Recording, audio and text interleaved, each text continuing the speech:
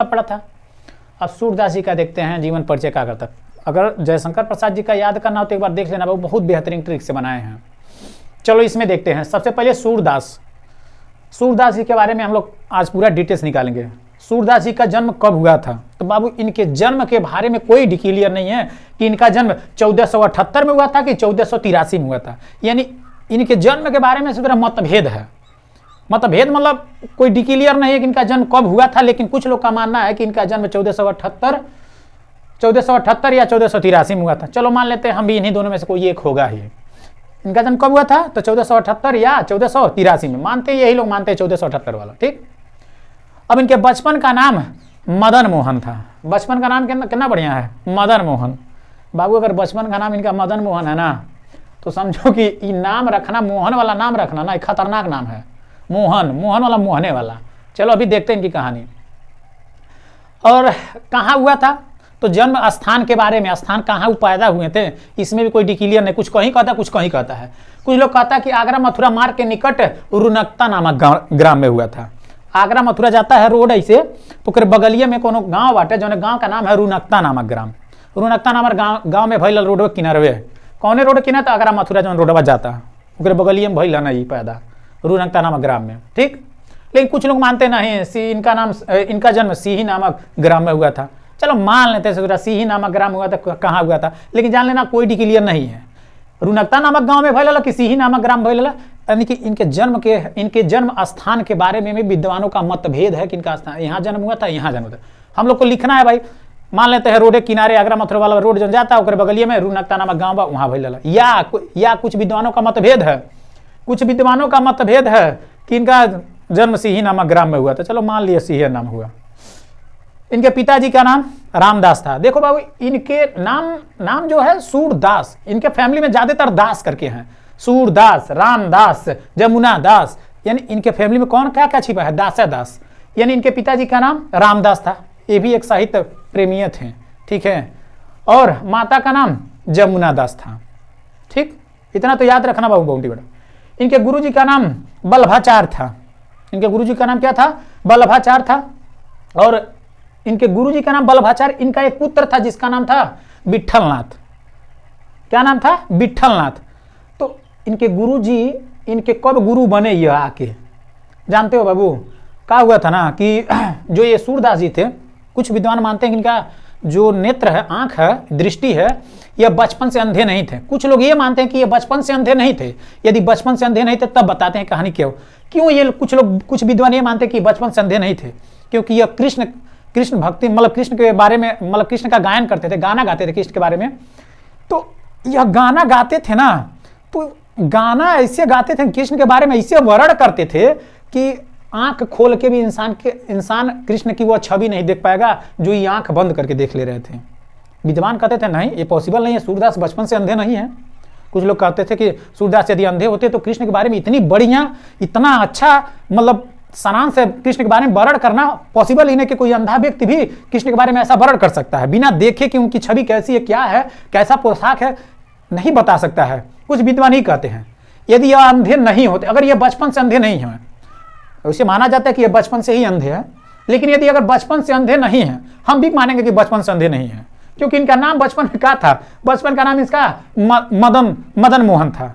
अब फिर बाद में सूरदास पड़ा ना, तो मदन मोहन था। तो मदन मोहन बचपन में नाम रखने का मतलब समझ रहे हो कि मदन मोहन जाहिर सी बात है बहुत अच्छे लड़के थे, बाद में लग रहा है इनकी आंखें फूटी है।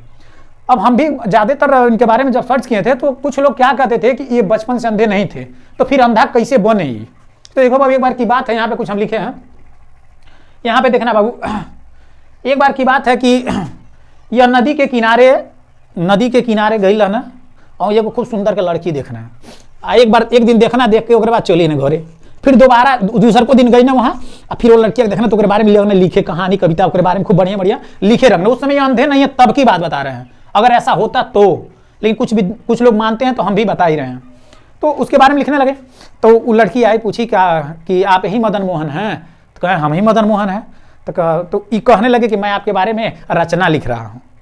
अब लड़की अभी नहीं बड़े नहीं है, उतना बड़ा नहीं है, मतलब छोटे उम्र में ही रचना लिखना चालू किए थे। तो ये जाके इनके दादा से कह दी मदन मोहन यानी सूरदास के दादा से जाके कह दी कि तू हार लड़का है, रामदास से जाके कह दी कि तू हार लड़का हमारे बारे में ऐसे ऐसे लिखले बता।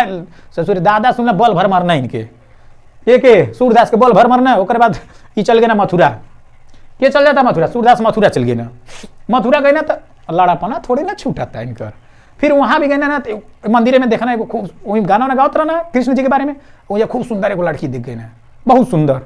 अब लड़की जब देख के ना तो उका के बाहर में गए थोड़ा भक्ति उक्ति पहले, वो लड़की पीछे पीछे पीछे पीछे जाए लगना, पीछे पीछे जाए जात जात जात जात ओकरे बाद वो लड़की गेट खोल के अंदर गई, अंदर गई तो सूर्यदास कहना चलो हमू चल चल थड़ी, तो गए ना खड़खड़ेना के बाड़ी, तब तक खोला तक के बाड़ी ओकर हस्बैंड। सूर्यदास देखना पूछना के है तो बतैला हम हस्बैंड है, तो ई पोशाक में रहना भक्ति वाला पोशाक रहल।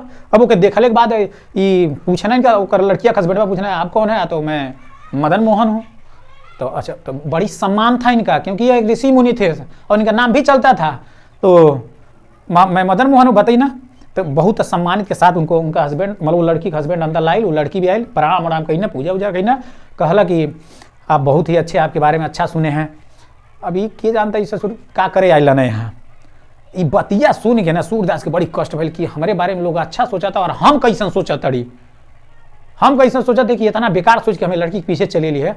वहीं जब बाबू का कहना वो लड़की से कहना कि 2 गो हमके कांटी गरम करके दे दो, वो लड़किया से कहना कि 2 कांटी हमको गरम करके दे दो। वो 2 गो कांटी वो बेचारी ना जाना थी कि का दशा होखे वाला, वो बेचारी 2 गो कांटी गरमा के इनके हाथवा में दे देला, मतलब पकड़वा देला, आ ये हाथवा में लेके आ दोनों अखिया फोड़ लेना। ऐसा माना जाता है कि इनका बाद में आँख फूटा था, बचपन से नहीं अंधे थे सूरदास जी, और तभी से उसके बाद आँख फोड़ लिए। तो उन्होंने मतलब वो घर वाले लोग इनका बहुत सेवा सत्कार करके किसी तरीके से अच्छा करके फिर इनको भेजे लोग, ठीक है। तो ये माना जाता है कि यह अंधे नहीं थे, ऐसा कुछ लोग मानते हैं। और कुछ लोग मानते हैं कि सूरदास जी बचपन से ही अंधे थे। तो मदन मोहन नाम कहाँ से पड़ गया, सूरदास पड़ गया तो बचपन से इनका नाम, तो ठीक रहा। क्या ठीक है, हम भी मानते हैं, क्योंकि कृष्ण के बारे में ऐसे ऐसी लिखावट किए हैं, ऐसा ऐसा बात बताए हैं कि खुली आंखों से भी लोग वो ऐसा नहीं देख पाएंगे कि कृष्ण जी के ऊपर हई हई पोशाक रहा, हई पोशाक ऐसे रहा, ऐसे मतलब इनके सूरदास जी एक कृष्ण प्रेमी थे, समझो प्रेम करते थे कृष्ण से। उनके बाल अवस्था के बारे में खूब बढ़िया, बाल अवस्था बचपना में कैसे कैसे लखरई करते ना, सब कुछ इनके पता रहा है, ठीक है।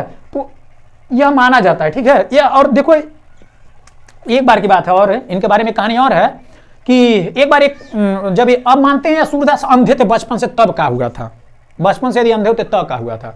तो बचपन से अंधे थे। एक बार इनके कहानी इनके बारे में कुछ लोग और भी मानते हैं कि ये बचपन से अंधे थे और इनके 2-3 भाई थे, 2-3 भाइयों में यही अंधे थे। अब ये अंधे थे ना बाबू, तो क्या होता था, इनसे भाई और मम्मी पापा इनसे प्रेम नहीं करते थे, रामदास जी और जमुना दास जी इनसे प्रेम नहीं करते थे सूरदास जी से, ठीक है। तो यह बहुत ही लाचार रहते थे, सही खाना वाना भी नहीं पाते थे, उनको मार के किनारे ही ये रहते थे सूरदास जी को। तो एक बार क्या हुआ था कि इनके गांव के किनारे से कुछ भक्ति भजन करते हुए साधु लोग जा रहे थे। तो ये सुने, उस समय अंधे थे बचपन से, सुने ना तो इनको बहुत अच्छा लगा। तो इन्होंने गाना गाने के लिए अंदर से चेष्टा कि हम भी गाना सीखेंगे। फिर इन्होंने गाना सीखने के लिए साधुओं लोग के साथ चले गए। अब चलते चलते काफी दूर साधु लोग निकले, उनके पीछे पीछे पीछे पीछे ही चलते गए, डंडा लेकर ऐसे ऐसे ऐसे करते करते। अब वहाँ गए तो विद्वान लोग देखें तो कहें, साधु महाराज लोग देखे तो कहें कि आप हमारे पीछे आप हमारा पीछा क्यों कर रहे हैं। ये कहे कि हम भी सीखना चाहते हैं, या मतलब गाना सीखना चाहते हैं। तो लोग कहें कि अच्छा ठीक है बैठिए, बैठाएं, लोग खाना वाना खिलाएं। बहुत दिन के एक तो घरे से खाना नहीं पाता ना, उनसे उनके मम्मी पापा ज़्यादा प्यार नहीं करते ना, क्योंकि अंधे थे ना ये। तो वहाँ पे लोग साधु लोग बैठाएं, खाना वाना खिलाएं, पोशाक पहने, रात में सुताएं। और रात में सूते तो सुतल रह गए ना, उठ के चल गए ना, ये जगह ना तो पता चला सब चल गए ना। अभी जा कहाँ काफ़ी दूर निकल गए थे घर से। तो फिर वहीं पे पेड़ के नीचे बैठ गए और धीरे धीरे कीर्तन भजन करने लगे अपना। और कीर्तन भजन करते करते क्या हुआ कि इनकी मुलाकात हो गई एक व्यक्ति जो इनके गुरु हैं वल्लभाचार्य से। यह कीर्तन भजन मतलब पेड़ के किनारे करते थे और इनकी मतलब कहते थे लोग ना कि यह बोल देते थे ना कि यह होगा तो सत्य था। ये जो भी बोलते थे बड़ी सत्य बोलते थे, जो नहीं होने वाला था ना वो भी जान जाते कि ये हर चीज़ होने वाला है। तो गांव के लोग, आसपास के गांव के लोग भी इनको बहुत मानने लगे, ला के यह बात बता देते थे कि आपके लड़की की ये होने वाला है, बचाइएगा। तो उससे इनका मतलब छवि था ना पूरे गांव में फैल गया था, बहुत अच्छे हैं, बहुत अच्छे हैं। इनके लिए बजाने गाने वाला सब कुछ लोग गांव वाले लाके दे दिए, झोपड़ी उपड़ी डाल दिए, रहने लगे ये। अब रहने लगे तो फिर ये कीर्तन भजन करते थे वही रोड के किनारे, यह वाला आगरा मथुरा वाला किनारे भजन भजन करते रहना है। तो उसी समय उसी रास्ते से यह गुजर रहे थे वल्लभाचार्य, और उन्होंने इनका भजन सुन के मतलब बहुत मोहित हो गया कि कौन ऐसा व्यक्ति है जो ऐसा भजन कृष्ण के बारे में वर्णन कर रहा है। तो यह चले गए मिलने के लिए सूरदास जी से।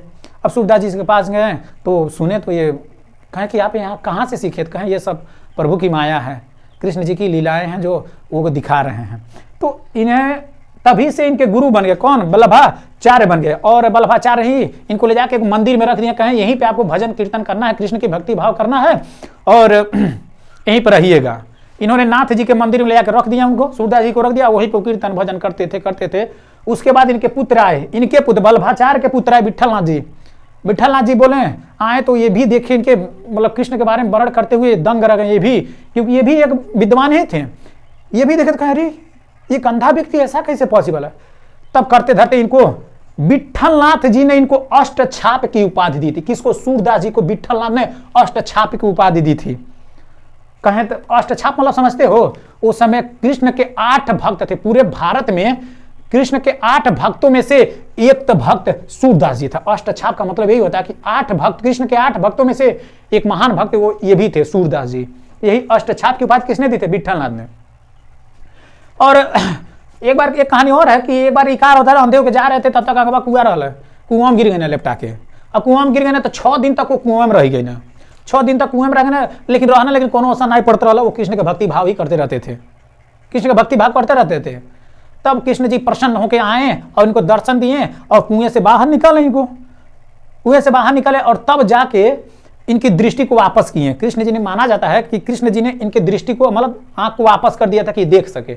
और जब उन्होंने आंख को वापस किया, मतलब सूरदास जी जब उनको देखे कृष्ण जी के ना, तो बहुत अचंभव रह गए और अंततोगत्वा कहें कि हे प्रभु हमारी ये आंखें फिर से वैसी ही बना दीजिए, मैं नहीं चाहता हूं देखना। तो फिर कृष्ण जी इनके आंखों को फिर वैसे ही बना दिए। और सूरदास जी के साथ एक लेखक भी रहता था। सूरदास जी जहाँ जहाँ जाते थे वहाँ एक लेखक जाता था, जो भी कुछ कहते थे लिख देता था। अरे मान लो उनके साथ एक लेखक रहता था, सोच रहे दिन भर थोड़ी ना रहेगा, पागल है जो रहेगा, अपना काम नहीं देखेगा। तो क्या होता था, माना जाता है ना कि जब लेखक चला जाता था इनके साथ से, इनके मतलब सूरदास जी के साथ छोड़कर अपने घर चला जाता था, तो फिर क्या होता था कि श्री कृष्ण भगवान स्वयं आते थे और ये जो बोलते थे ये लिखते रहते थे, क्योंकि इनका बोलना ही बहुत अजीब था। तो ऐसा माना जाता है। हम तो खैर हम भी पढ़े हुए हैं यही, और बचपन से अंधे थे या नहीं। एक बार की बात है बाबू ना कि सूरदास जी कीर्तन भजन इतना इनका फेमस हो गया कि पूरा भारत में उस समय अकबर शासन करता था।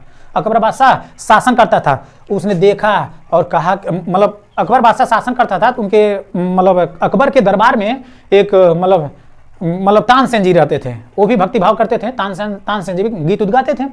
तो तानसेन ने इनकी सूरदास जी के कुछ पंक्तियों का वर्णन जाके अकबरवा के सामने वर्णन कर देना। सूरदास जी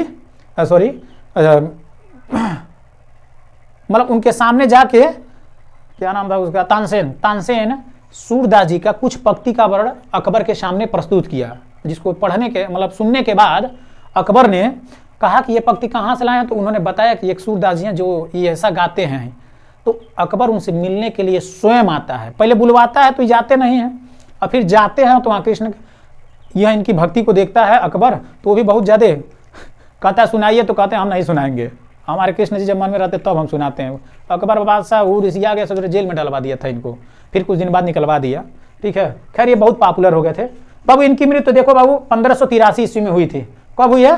1583 ईस्वी में। अगर इसको लोग 1483 तो 1583, ये आसान हो जाता है। देखो 83 दोनों में है, ये 14 थे करीब, ये 15, ठीक है। और उसका 1478 लोगे तो फिर ये वाला देखना ही पड़ेगा, ये इसके अनुसार है 1478 से 1583 तक। कहाँ हुआ था? तो गोवर्धन के पास परसौली ग्राम में हुआ था। इनकी मृत्यु 1583 में गोवर्धन के पास परसौली नामक ग्राम में हुआ था।